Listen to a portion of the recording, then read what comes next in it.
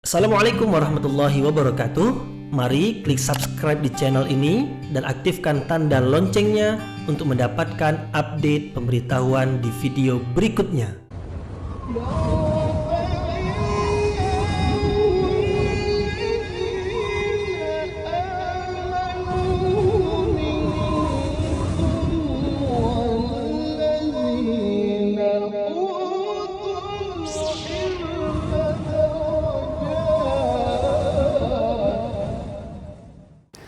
A'udzu billahi minasyaitonir rajim. Bismillahirrahmanirrahim. Assalamualaikum warahmatullahi wabarakatuh.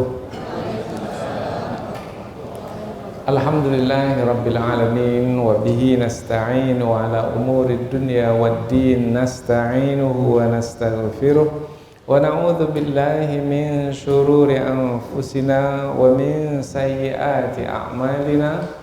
فمن يهده الله فلا مضل له ومن يضلل فلا هادي له أشهد أن لا إله إلا الله وحده لا شريك له وأشهد أن محمدا عبده ورسوله لا نبي بعده أما بعد. Kita bersyukur kepada Allah Subhanahu wa taala yang masih melimpahkan rahmat dan nikmatnya. Kita bersyukur dengan mengucapkan Alhamdulillahi Rabbil Alamin.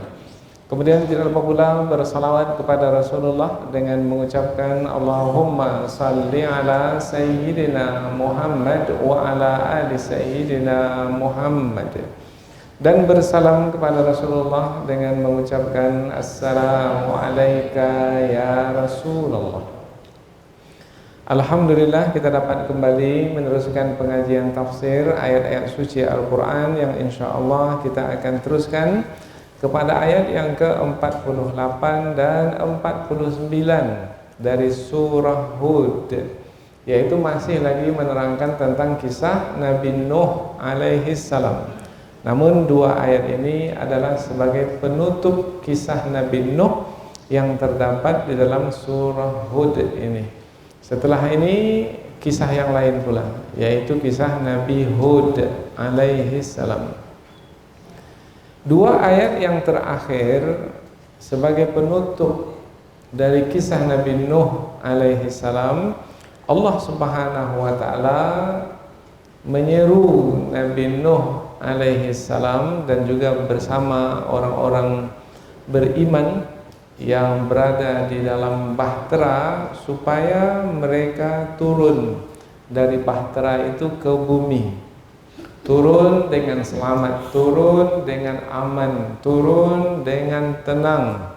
Tak ada yang perlu ditakutkan, tak ada yang perlu dirisaukan, karena banjir sudah tidak ada lagi, karena air yang tergenang di bumi itu sudah surut, sudah masuk ke dalam bumi, meresap ke dalam bumi, dan permukaan bumi itu sudah kering. Tak perlu ada yang dirisaukan, meskipun tanam-tanaman, binatang, ternak semua mati binasa dengan banjir besar itu, tetapi Allah yang maha berkuasa mampu untuk menghidupkan kembali bumi yang sudah binasa itu. Tambah lagi, Allah Subhanahu wa taala sebelumnya memerintahkan Nabi Nuh untuk membawa binatang ternak, kemudian hewan, burung, apa saja berpasang-pasangan ke dalam bahtera. Maka ia adalah sebagai sebab untuk melanjutkan kehidupan sebagaimana kehidupan yang dahulu dengan semua keperluan hidup. Maka dengan turun kembali ke muka bumi dengan apa yang dibawa dalam bahtera, mereka akan dapat melanjutkan kehidupan seperti biasa kembali. Jadi tak ada yang perlu dikhawatirkan, tak ada yang perlu dirisaukan. Bahkan Allah Subhanahu wa taala maha berkuasa untuk mengembangbiakkan, untuk menumbuhkan kembali tanam-tanaman, kemudian menyuburkannya dan mendatangkan hasil yang lebih lagi yang disebut dengan keberkatan dari sisi Allah Subhanahu wa taala. Jadi tak ada yang perlu ditakutkan dan tidak ada yang perlu dirisaukan. Kemudian Allah Subhanahu wa taala memberitahu Nabi Nuh alaihi salam bahwasanya orang-orang yang beriman sepanjang masa akan diberikan kepada mereka kebaikan dan keselamatan. Dan satu lagi yaitu orang-orang yang ingkar, orang-orang yang tidak mau menerima kebenaran, memilih kekufuran, maka di sepanjang masa mereka akan celaka, mereka akan binasa.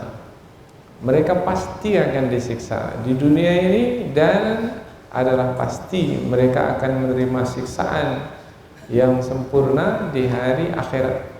Tak akan dikurangi sedikit pun. Sebanyak mana kejahatan yang mereka lakukan di dunia, sebanyak itu siksaan yang akan mereka terima di hari akhirat.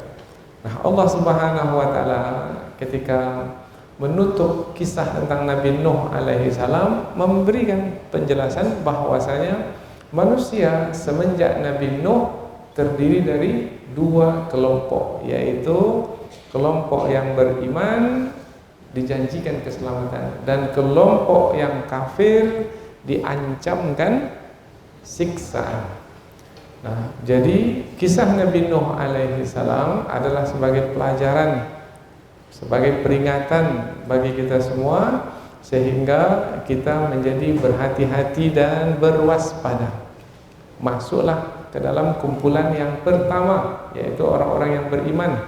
Jangan sampai termasuk ke dalam kumpulan yang kedua, yaitu kumpulan orang-orang yang menolak kebenaran. Kemudian Allah juga menjelaskan dalam dua ayat yang kita pelajari ini, yaitu di ayat yang keduanya, bahwasanya kisah Nabi Nuh ini adalah kisah yang sudah lama terjadi, karena jarak antara dengan Nabi Muhammad sangat jauh sekali. Nah, Nabi Muhammad melalui Al-Quran yang turun kepada baginda, melalui wahyu yang diterima oleh Rasulullah mampu menceritakan kembali kisah Nabi Nuh alaihi salam. Yang mana kisah Nabi Nuh tak ada siapa yang tahu pada masa itu. Lalu mengapa Nabi Muhammad bisa menceritakan kisah Nabi Nuh yang tidak diketahui oleh siapa-siapa, kemudian berlakunya jauh ribuan tahun sebelum Rasulullah? Nah, Allah menyebutkan bahwasanya kisah tersebut mampu disampaikan oleh Rasulullah karena Rasulullah menerima wahyu dari Allah. Allah yang maha tahu tentang peristiwa yang terdahulu itu, yang memberitahukan kepada Rasulullah melalui wahyu.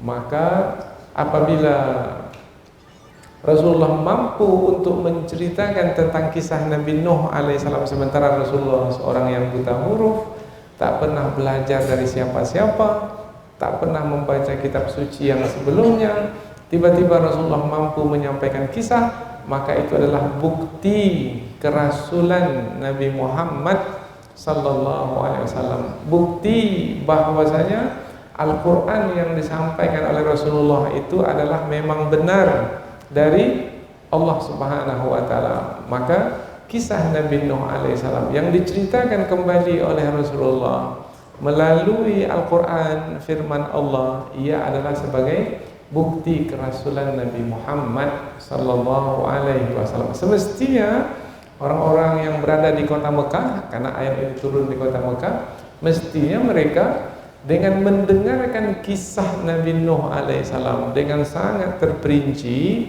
semestinya mereka segera beriman kepada Rasulullah. Tetapi buktinya Rasulullah 13 tahun di kota Mekah, yang beriman kepada Rasul hanya beberapa orang saja.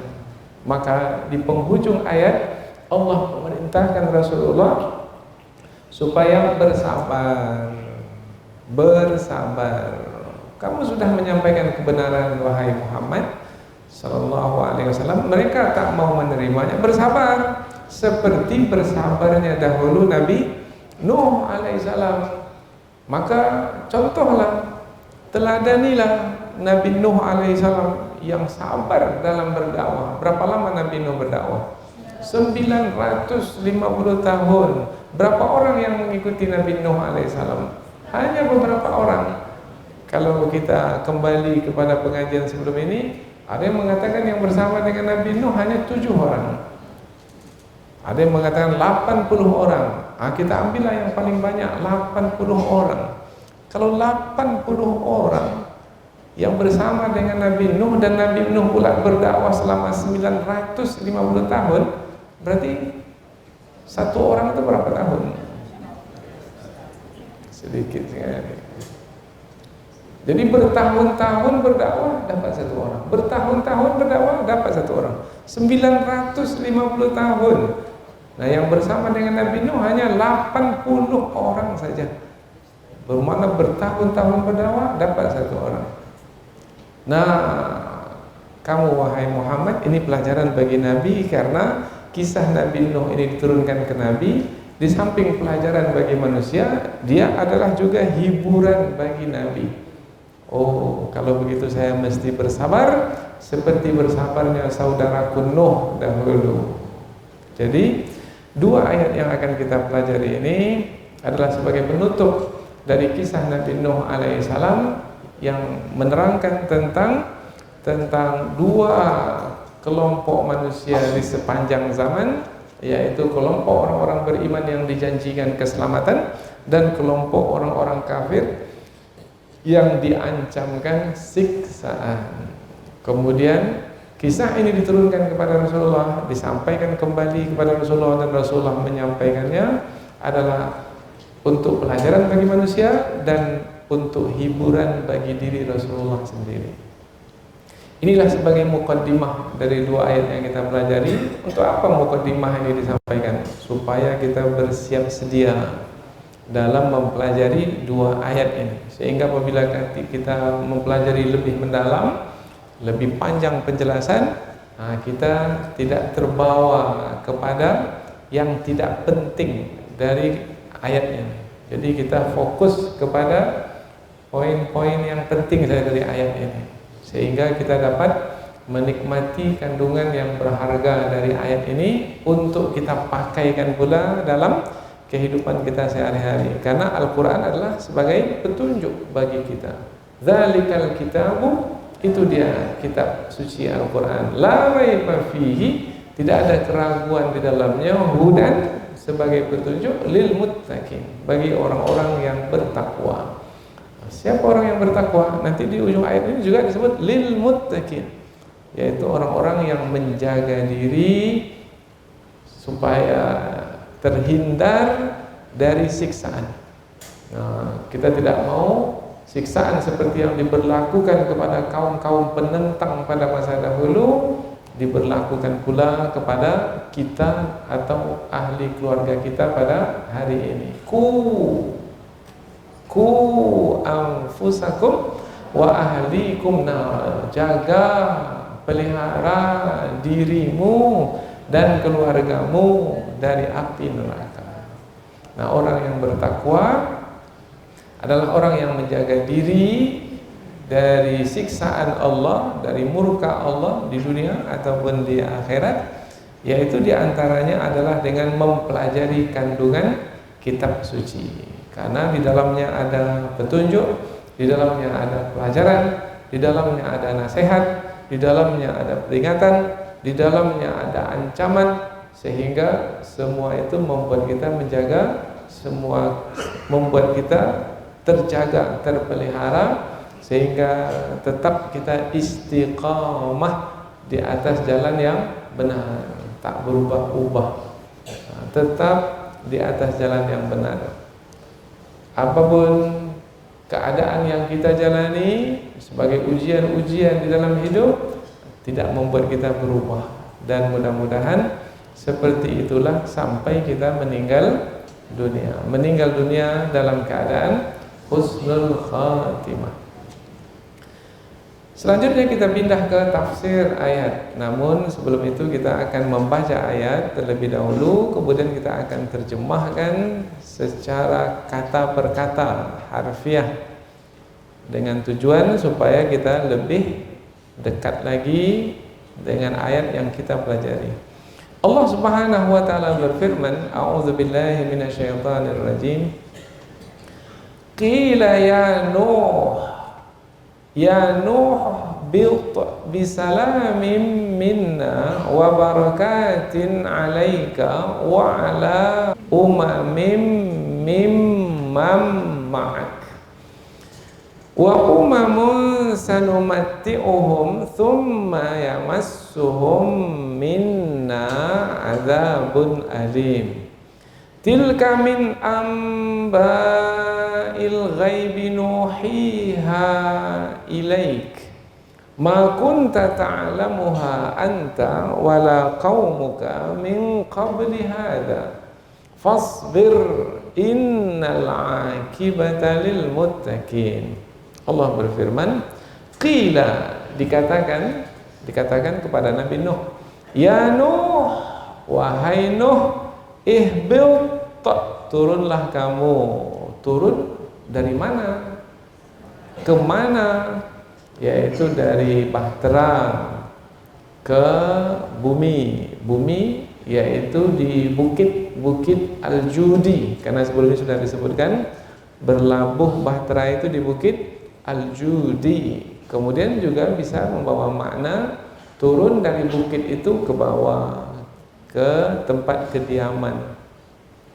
Bisalamin, dengan selamat, minna, dari kami, wa barakatin, dan penuh keberkahan, alaika, atasmu wahai Nuh, wa ala umamin, dan juga atas umat-umat, mimman ma'ak, dari orang-orang yang bersama denganmu. Siapa orang-orang yang bersama dengan Nabi Nuh? Orang-orang beriman. Siapa saja anak-anak Nabi Nuh yang ada bersama dengan Nabi Nuh, kecuali satu yang ditenggelamkan itu. Kemudian ada lagi yang beriman yang lainnya.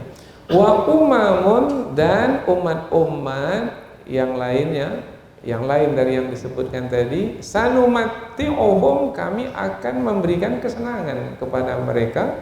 Summa, kemudian, yamassuhum, mereka akan ditimpa, minna, dari kami, adzabun alim, azab yang pedih. Oh, berarti ada pula yang ditimpa oleh azab yang pedih.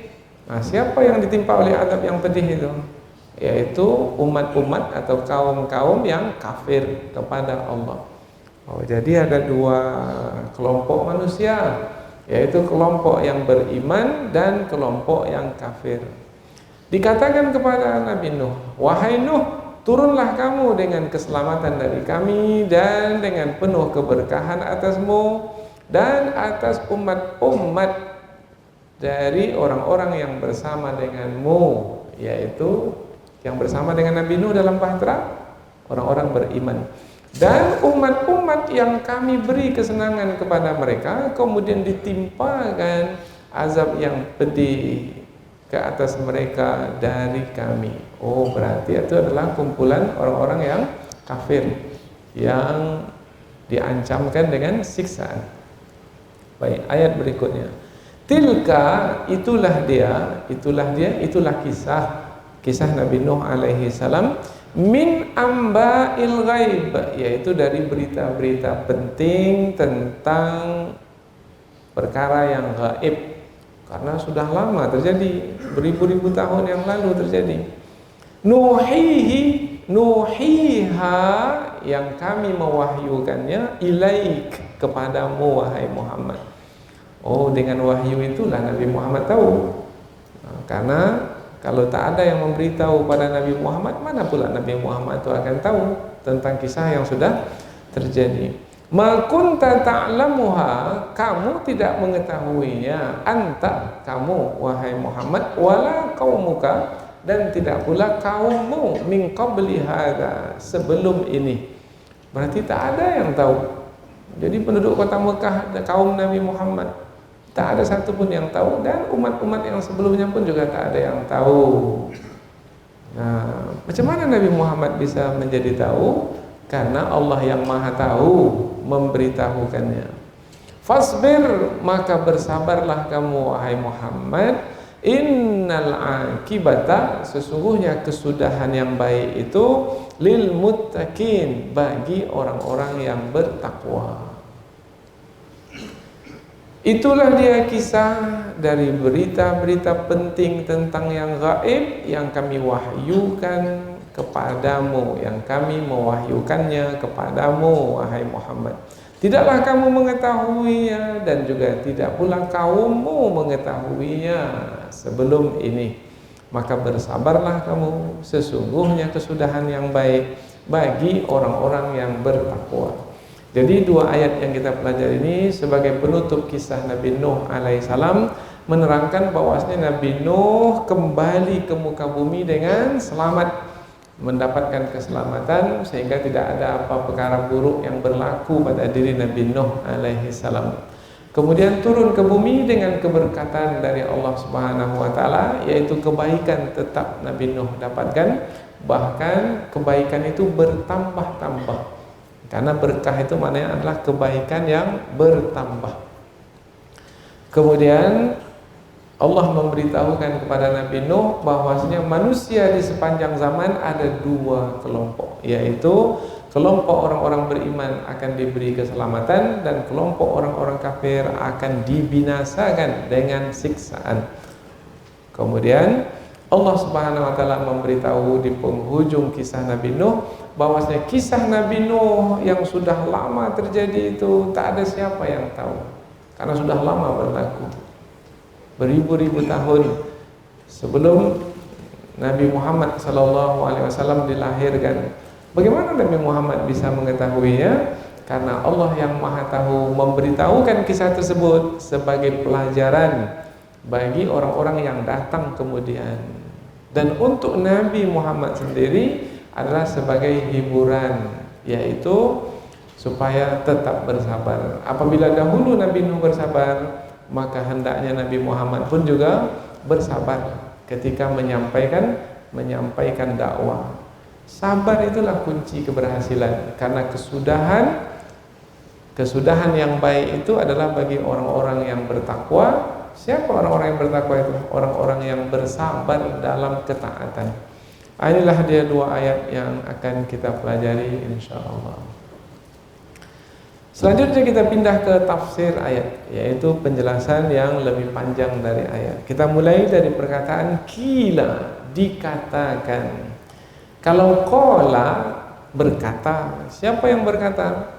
Kalau sebelum ini disebut Allah yang berkata, qala ya Nuh, Allah berfirman, berkata, wahai Nuh. Tapi di dalam ayat ini pula tidak qala ya Nuh, tapi kila ya Nuh. Oh, berarti ada yang mengatakan kepada Nabi Nuh. Siapa yang mengatakan kepada Nabi Nuh? Allah Subhanahu wa taala, tapi melalui perantaraan malaikat. Jadi dikatakan kepada Nabi Nuh, wahai malaikat, beritahukan kepada Nabi Nuh. Maka Nabi Nuh pun mendengarkan seruan dari malaikat. Dikatakan kepada Nabi Nuh, yang mengatakan adalah malaikat, dan malaikat itu adalah makhluk yang diutus, yang diperintah oleh Allah Subhanahu wa taala. Karena malaikat menjalankan tugas yang diperintahkan oleh Allah, dan tak pernah malaikat itu membantah apa yang diperintahkan oleh Allah. La ya'sunallaha ma amarahum wa yaf'aluna ma yu'marun. Malaikat itu tak pernah membantah apa yang diperintahkan kepada mereka, dan mereka itu melakukannya apapun yang diperintahkan dengan tidak sedikit pun membantah. Nah, malaikat ini memberitahukan kepada Nabi Nuh, kila, dikatakan. Mengapa tidak qala? Sebelumnya kan qala ya Nuh, yaitu di ayat yang ke-46. Tapi kita juga mesti lihat kila juga dipakai sebelumnya, yaitu kila ya ardu bla'i, dikatakan kepada bumi. Siapa yang mengatakan kepada bumi? Allah Subhanahu wa taala melalui perantaraan malaikat, wahai bumi, Telanlah kembali airmu. Kemudian wahai langit, tahan airmu, jangan turunkan lagi hujan. Nah, jadi dikatakan kepada bumi, dikatakan kepada langit, dikatakan kepada dalam ayat ini dikatakan kepada Nabi Nuh. Jadi ada kesesuaian di pangkal ayat. Dikatakan kepada bumi, tahan airmu, serap kembali, telan airmu. Kemudian dikatakan kepada langit, berhenti dari menurunkan airmu, hujan. Dikatakan kepada Nabi Nuh, karena sudah selesai banjir, turunlah kamu dari bahteramu itu. Jadi ada kesesuaian di pangkal-pangkal ayat. Inilah kehebatan Al-Quran. Qila ya Nuh, wahai Nuh, dikatakan kepada Nabi Nuh, wahai Nuh, ihbil, turunlah. Turun berarti dari mana ke mana? Dari atas ke bawah. Nah, dari atas ke bawah ini pendapat ulama tafsir yang pertama, dari atas bahtera kemana? Ke muka bumi, di permukaan bumi, ke tanah. Tapi ada lagi pendapat yang kedua, karena bahtera ini berlabuhnya di atas bukit Al-Judi, berarti bukit itu kan dataran yang tinggi dari bumi. Maka mana ihbit di sini, turun dari bukit, yaitu dari dataran yang tinggi ke dataran yang lebih rendah. Karena biasanya manusia berdiam di mana? Tempat yang nyaman itu di atas bukit atau di bawah bukit? Di tempat yang landai, yaitu di bawah. Turunlah kamu dari atas bukit Al-Judi itu ke permukaan yang lebih rendah sebagai tempat kediaman yang nyaman, tempat kediaman yang bisa mendatangkan ketenangan dan keamanan. Bagaimana suasana hati umpamanya sudah lama berlayar di atas laut, banjir yang menggoncangkan kapal mereka dengan ombak yang besar, kemudian berlabuh, sudah lama tidak menginjak bumi, sekarang mau turun kembali lagi ke bumi. Kemudian yang ada di bumi pula dengan banjir itu hancur, sudah binasa, habis, tak tersisa oleh banjir. Maka bagaimana perasaan hati ketika hendak turun kembali? Pasti risau, pasti takut, pasti gelisah. Bagaimana mau melanjutkan kehidupan kalau permukaan bumi seperti ini? Untuk menenangkan suasana hati yang gelisah itu, maka Allah menyeru Nabi Nuh dan juga orang-orang yang beriman bersama dengannya, jangan gelisah, jangan takut, jangan risau, turunlah ke muka bumi itu bisalamin minna, dengan keselamatan dari kami. Kami akan berikan keselamatan padamu, hidupmu akan selamat. Apapun yang akan kamu jalani tidak akan mendatangkan keburukan lagi. Selamat maknanya tidak ada keburukan. Nah, orang itu selamat dalam perjalanan bermakna sepanjang perjalanan tidak mendapatkan apa-apa halangan. Perjalanannya lancar saja, mudah saja sampai dengan selamat ke tujuan, dengan baik ke tujuan. Bisalamin, dengan selamat, tidak mendapatkan apa-apa keburukan. Turun aja lah ke muka bumi itu, tidak akan mendapatkan keburukan. Makanan tersedia, minuman tersedia, tempat tinggal tersedia. Jadi tak ada lagi yang perlu dirisaukan. Maka suasana hati yang gelisah tadi, dengan seruan dari Allah melalui perantaraan malaikat, suasana hati yang gelisah itu menjadi tenang. Wa barakatin alaika, wa barakat. Barakat itu jamak dari berkah. Berkah boleh menyebut kata berkah dalam bahasa kita, boleh juga menyebut kata berkat. Berkat, mudah-mudahan ilmunya berkah, boleh. Mudah-mudahan ilmunya berkat, boleh. Berkat rahmat Allah Ta'ala, boleh. Berkah dari rahmat Allah Ta'ala boleh. Bahasa Arabnya sama sebenarnya, barokatun. Cuma kita ketika membacanya, nah ketika kita membacanya barokatun itu taknya tamar buto, maka kita akan menyebut berkah. Nah, tapi apabila kita nyebut berkat dengan tak, maka jadilah pakai T dalam bahasa kita. Dua-dua maknanya sama. Berkah boleh, berkat pun juga boleh. Dan keberkatan atasmu. Tadi keselamatan, sekarang keberkatan, yaitu turunlah dengan keselamatan, bermakna mendapatkan kebaikan. Dengan turun itu tidak perlu risau, gelisah, karena kebaikan akan membersamai mereka. Karena ba di sini bisalamin, ba di sini baul musahabah. Kalau kita belajar bahasa Arab, ini ba yang menerangkan penyertaan. Bermakna mereka turun itu disertai dengan keselamatan dari Allah. Maknanya tidak ada keburukan yang akan mereka dapatkan. Mereka turun dengan baik dari kapal, kemudian sampai di darat, kembali menjalankan hidup dengan baik.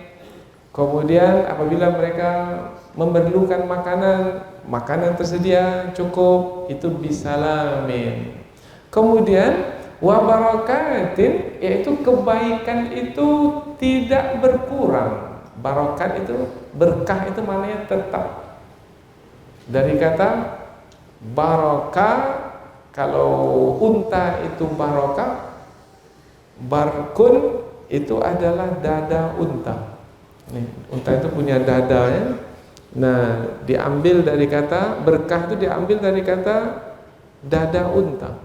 Unta kalau dadanya itu diletakkan ke bumi, itu pertanda unta itu akan diam di situ, tak akan bergerak kemana-mana. Tapi kalau masih dia tegak berdiri di kakinya yang 4 itu, maka dia bisa pindah-pindah. Tapi apabila dia sudah merendahkan badannya, kemudian dadanya itu diletakkan di bumi, maka unta itu akan diam saja. Maka berkah itu adalah kebaikan yang tetap tidak berubah. Ada lagi umpamanya kolam. Kolam dalam bahasa Arab namanya birkah. Birkah. Mengapa kolam disebut kolam? Sebab air kolam itu tetap, tidak surut, tidak susut. Tetap, air itu tetap saja di situ. Maka yang tetap itu disebut berkah. Kebaikan yang tetap pada kita, tidak berkurang, tidak hilang, itu namanya berkah. Tetapi berkah itu bukan hanya makna tetap, itu adalah makna awal dari berkah. Berkah juga membawa makna tumbuh dan berkembang. Jadi dia menjadi banyak. Satu, tetap satu itu ada. Tapi apabila berkah, dia jadi 2, jadi 3, jadi 4, jadi 5, bertambah, tumbuh, itu namanya berkah. Tadi yang bersama dengan Nabi Nuh sepasang-sepasang. Kan yang dibawa dalam kapal kan hanya sepasang-sepasang. Tetap ada. Tak mati yang sepasang itu. Ketika turun kembali ke bumi, tak mati. Tetap ada yang sepasang itu. Kemudian berkah, bertambah, tumbuh. Yang sepasang itu beranak pinak apabila hewan. Kemudian tanam-tanaman berkembang biak. Nah, ini namanya berkah. Nah, diseru Nabi Nuh dengan 2 kata. 2 kata itu adalah untuk memuliakan Nabi Nuh dan orang-orang beriman bersama dengannya, yaitu sampai ke bumi dengan selamat, yaitu mendapatkan kebaikan, kemudian kebaikan itu tetap didapatkan dan bertambah-tambah. Kalau seperti itu seruan dari Allah, maka bagaimana suasana hati yang gelisah, yang risau, yang takut? Hilang dengan sendirinya.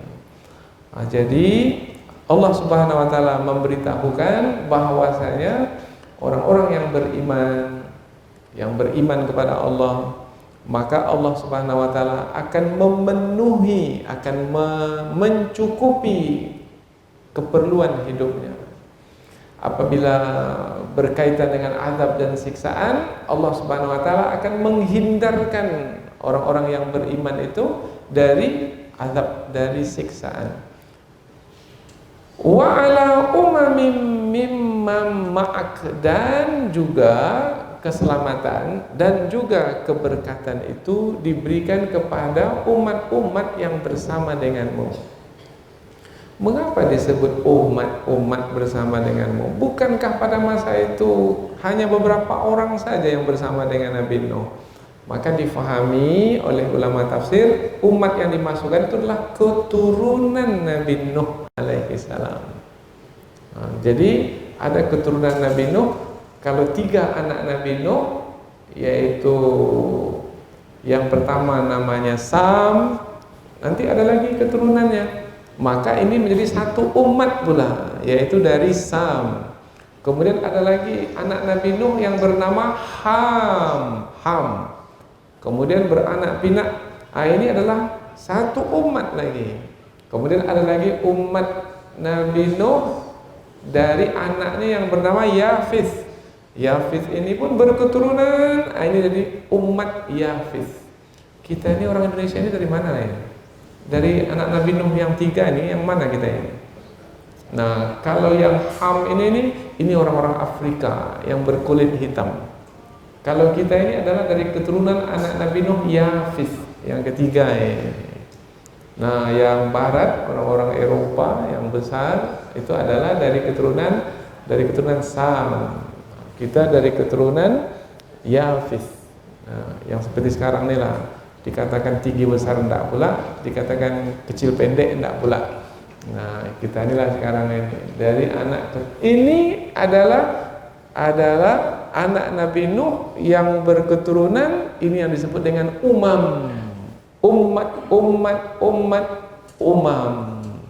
Sebelum ini sudah kita terangkan bahwasanya ketiga anak Nabi Nuh ini bersama dengan istri-istri mereka. Maka ada yang mengatakan yang di dalam kapal itu hanya 7, 3 anak Nabi Nuh laki-laki, 3 menantu, kemudian Nabi Nuh 1. Jadi 7 istri Nabi Nuh. Istri Nabi Nuh termasuk yang ditenggelamkan. Tapi ada yang mengatakan 8. Nah, yang mengatakan 8 bermakna Nabi Nuh dengan istrinya, karena istri yang dibenamkan itu adalah istri yang kafir kepada Allah. Nabi Nuh memiliki ada istri yang beriman, ada istri yang kafir. Nah, yang kafir itu yang ditenggelamkan. Nabi Nuh dengan istrinya tambah anak 3, sudah berapa? 5, tambah lagi menantu 3, 8 orang. Dari 8 orang inilah beranak pinak.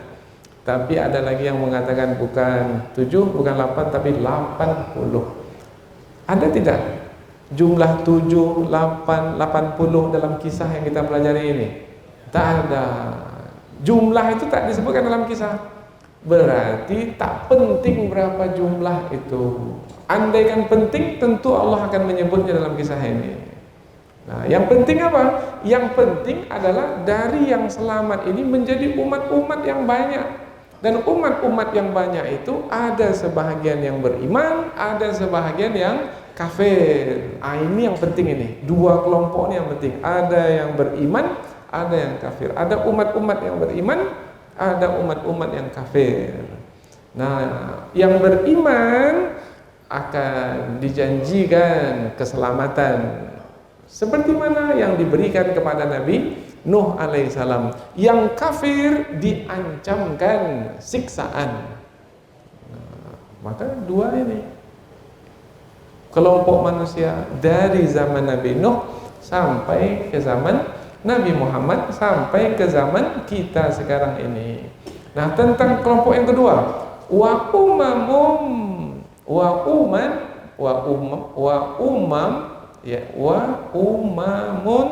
bermakna umat-umat dari keturunan Nabi Nuh itu, sanumati'uhum, kami akan memberikan kesenangan kepada mereka. Kami akan memberikan kesenangan. Kesenangan apa yang diberikan? Makanan tersedia. Senang dengan makanan yang tersedia? Senang. Minuman, macam-macam minuman.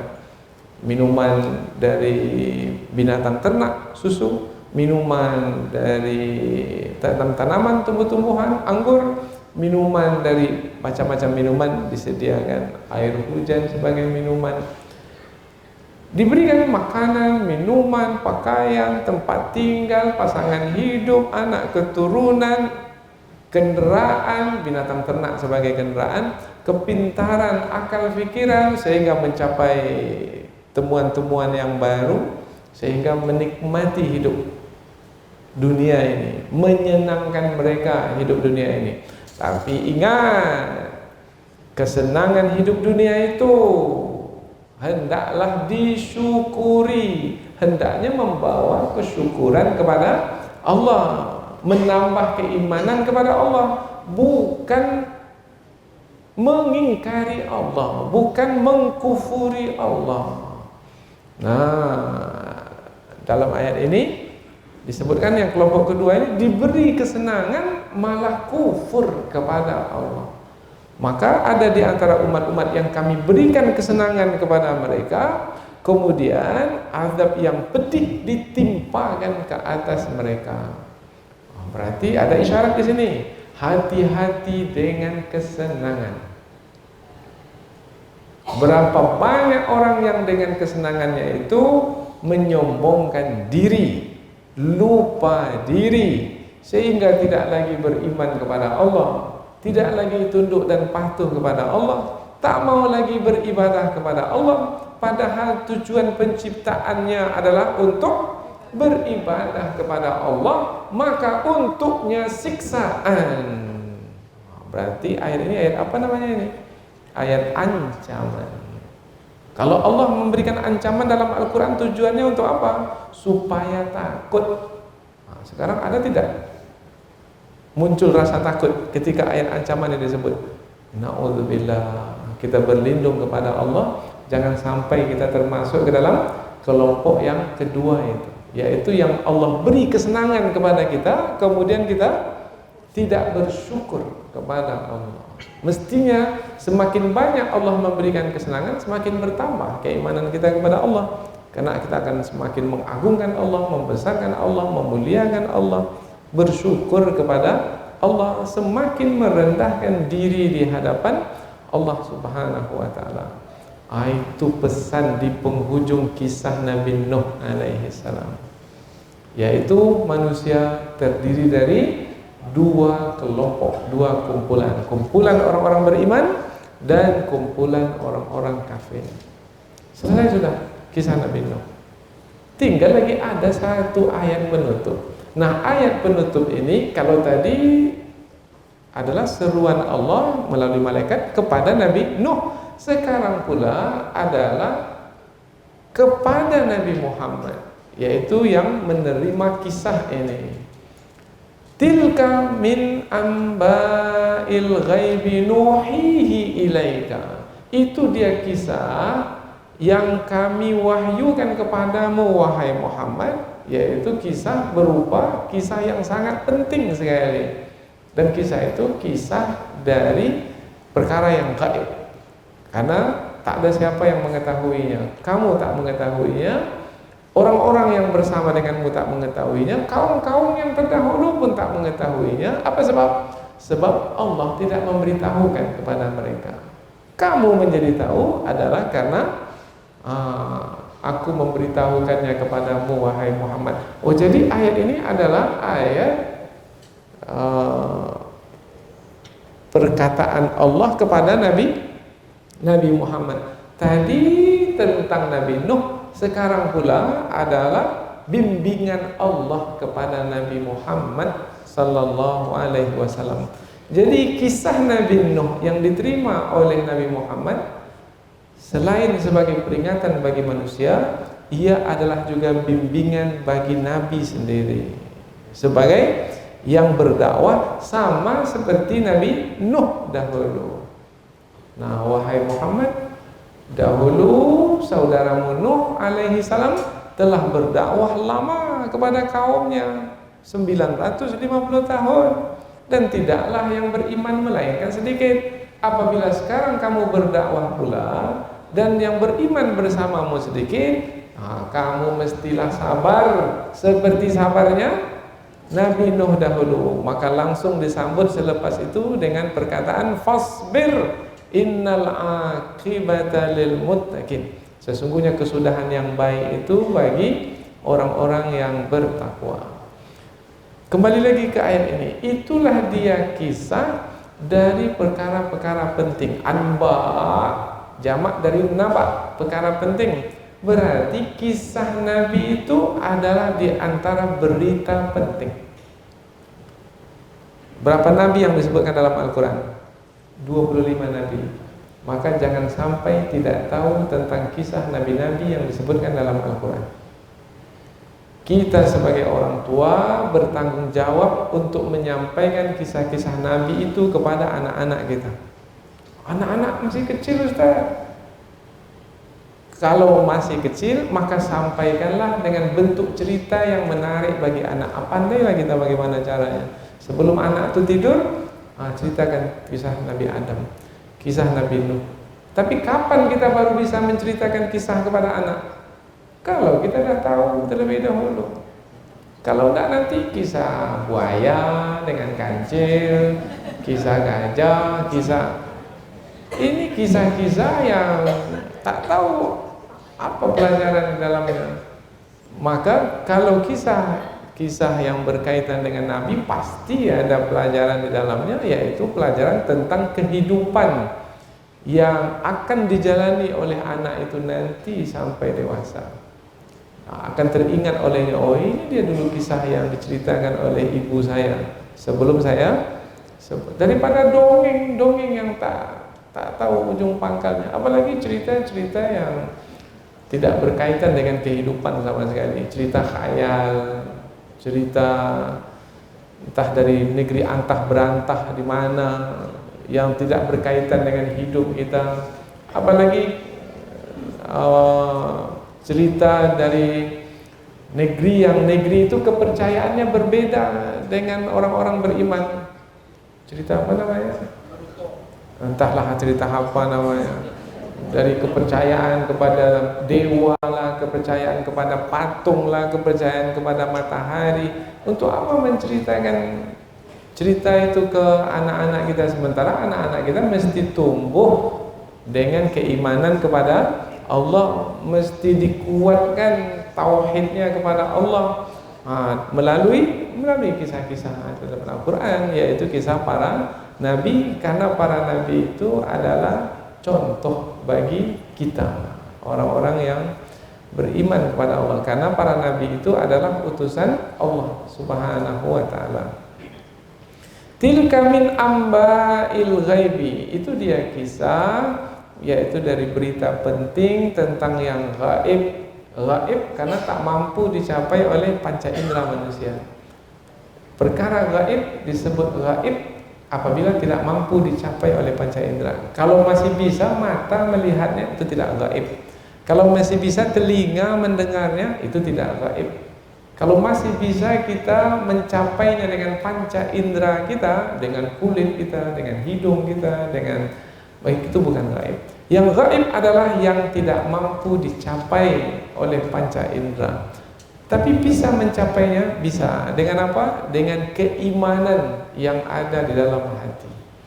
Dengan keimanan kepada Allah yang menceritakan perkara yang gaib, maka kita pun percaya. Ada kisah Nabi Nuh. Adakah Nabi Nuh alaihi salam itu pernah hidup di muka bumi ini? Ada.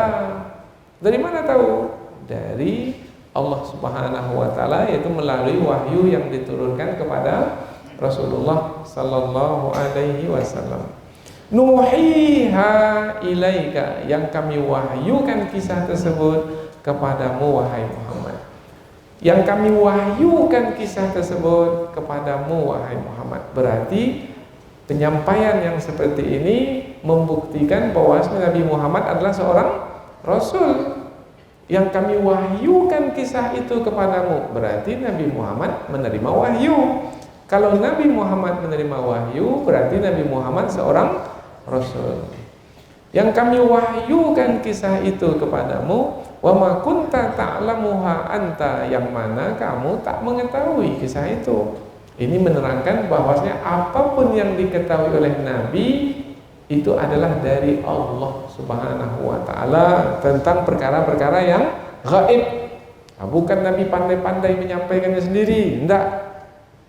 Apa saja disampaikan oleh Nabi dari perkara-perkara yang gaib itu adalah dari Allah Subhanahu wa taala dengan perantaraan wahyu. Ma kunta ta'lamuha anta wala qaumuka, dan tidak pula kaummu. Ini menerangkan bahwasanya Nabi Muhammad sebagai Rasul, dan apabila tidak ada yang membantah, bermakna terbuktilah Nabi Muhammad sebagai Rasul. Dan tidak ada satu pun penduduk kota Mekah itu yang berani membantah Rasulullah tentang kisah Nabi Nuh alaihi salam. Umpamanya, tak ada kita jumpai, wahai Muhammad, tak seperti itu kisah Nabi Nuh. Tak ada yang membantahnya. Apa sebab mereka sendiri pun tak tahu kisah itu, macam mana mau membantahnya?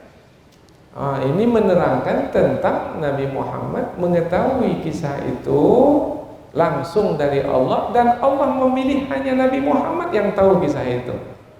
Bermakna disinilah letak keistimewaan baginda Rasul. Semestinya kalau sudah jelas begini bukti Rasulullah sebagai Rasul, semestinya mereka itu beriman kepada Rasul. Tapi apakah mereka beriman kepada Rasul? Ada yang beriman, tapi jumlahnya sedikit.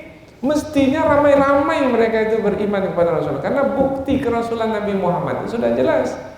Tapi mereka tak juga beriman. Nah, di penghujung ayat, kalau begitu keadaan kaummu wahai Muhammad, padahal sudah jelas kamu seorang Rasul, tapi mereka tak juga beriman, fasbir, maka bersabarlah kamu. Seperti sabarnya dahulu Nabi Nuh, saudaramu yang kuceritakan kepadamu melalui wahyu. Bersabarlah kamu, karena sabar itulah yang akan menghantarkan kepada keberhasilan. Nabi Nuh dengan sabarnya berhasil, selamat. Maka kamu wahai Muhammad dengan sabarmu juga berhasil. Dan untuk kita sekarang ini, dengan sabar kita pula akan berhasil. Ini nampaknya jemaah ini dah 2-3 kali saya sampaikan tak faham. Sudahlah, sampai di sini saja pengajian ini. Nanti saya tak datang lagi. Nah, letih saya menyampaikannya. Berkali-kali saya sampaikan tak faham. Cukup sampai di sini, udah habis sabar saya ini. Habis sabar tak berhasil. Disampaikan sekali tak faham juga. Sampaikan lagi. Tak faham juga. Sampaikan lagi. Sampai kapan kita menyampaikannya? Kalau tidak kita mati, mereka tuh mati. Satu di antara kita, sampai kita meninggal dunia, tetaplah kita berusaha sabar. Innal akibata lil muttaqin. Sesungguhnya kesudahan yang baik, al akibah, yaitu yang datang kemudian. Akibah sudah masuk ke bahasa kita, akibat. Inilah akibat perbuatanmu. Akibat. Apa makna akibatnya? Akibat itu adalah yang datang setelah sebab. Ini sebab, dengan sebab ini akibat. Maka sudah masuk ke bahasa kita, sebab akibat. Jadi akibat ini adalah yang datang setelah sebab. Al-akibah bermakna yang datang kemudian. Nah, yang datang kemudian berupa kebaikan bagi orang yang bertakwa kalau sabar. Jadi sabar itu sebab. Akibat dari sabar, apabila sabar, maka akibatnya kalau berhasil dalam kesabaran, maka akibatnya adalah kejayaan, kemenangan, keberuntungan, keselamatan.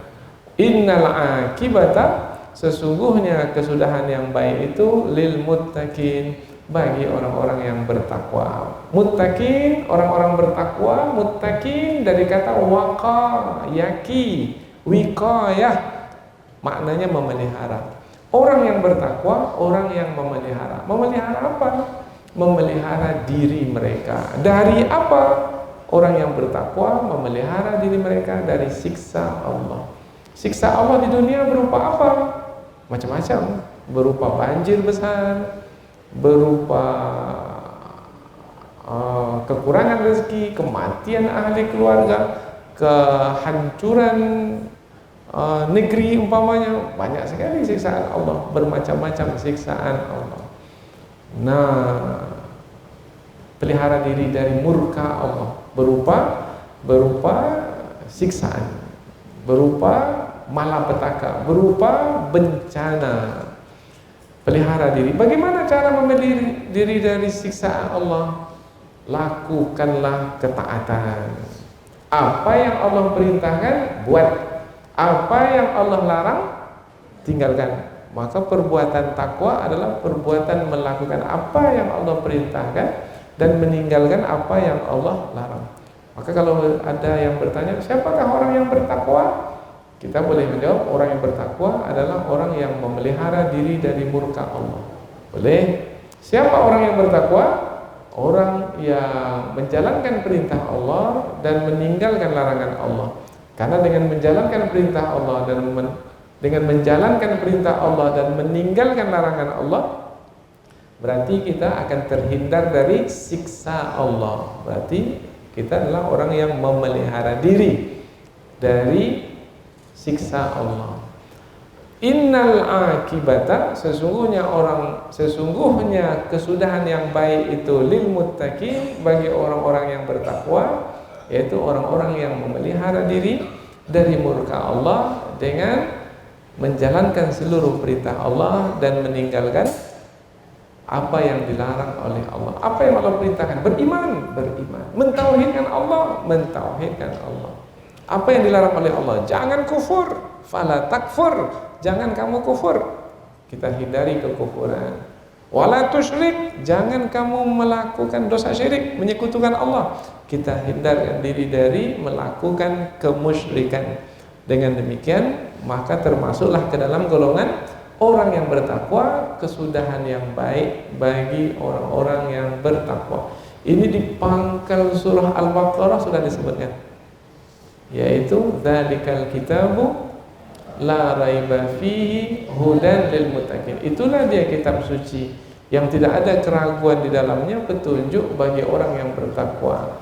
Bagi siapa Al-Quran ini menjadi petunjuk? Bagi orang yang bertakwa.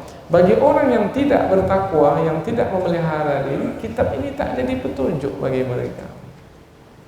Tidak menunjuki mereka kepada yang lebih baik, tidak menunjuki mereka kepada keselamatan, tidak menunjuki mereka kepada tujuan yang menyenangkan, yaitu surga yang penuh dengan kenikmatan. Jadi kunci dari Al-Quran ini sebagai petunjuk adalah apabila orang-orang yang menerima Al-Quran itu adalah orang-orang yang bertakwa, yaitu yang memelihara diri, maka mereka akan pastikan ada tidak perintah Allah dalam Al-Quran. Oh, ini dia perintah Allah, saya akan buat. Ada larangan Allah dijumpai, saya tak akan kerjakan. Maka berinteraksilah dia dengan Al-Quran yang isinya di dalamnya adalah perintah, larangan, buat ini, kemudian dia buat. Jangan buat ini, kemudian dia tak buat. Maka jadilah Al-Quran sebagai petunjuk bagi mereka yang memelihara diri, bagi orang yang bertakwa. Kaitan dengan kita adalah yang berkaitan dengan kisah Nabi Nuh alaihissalam. Apa perintah Allah yang disampaikan melalui Nabi Nuh alaihissalam? Yaitu ani'budullaha ma lakum min ilahin ghairu. Beribadahlah kepada Allah dan jangan sekutukan Allah dengan apapun. Perintah Allah mentauhidkan Allah. Larangan Allah jangan menyekutukan Allah. Nah, orang yang bertakwa seperti mana dahulu pesan Nabi Nuh kepada kaumnya, ia pun juga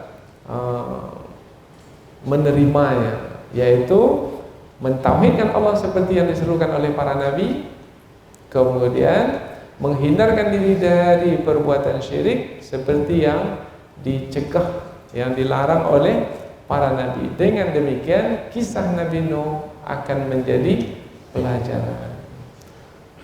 Mudah-mudahan insya Allah, karena tadi disebutkan bahwasanya ada dua kumpulan manusia, yaitu satu kumpulan orang-orang beriman yang diselamatkan, dan satu lagi kumpulan orang-orang yang kafir yang disiksa, yang dibinasakan.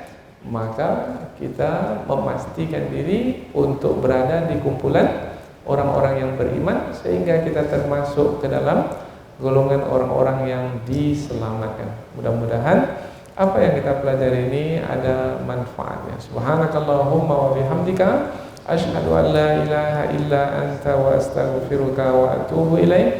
Wassalamualaikum warahmatullahi wabarakatuh.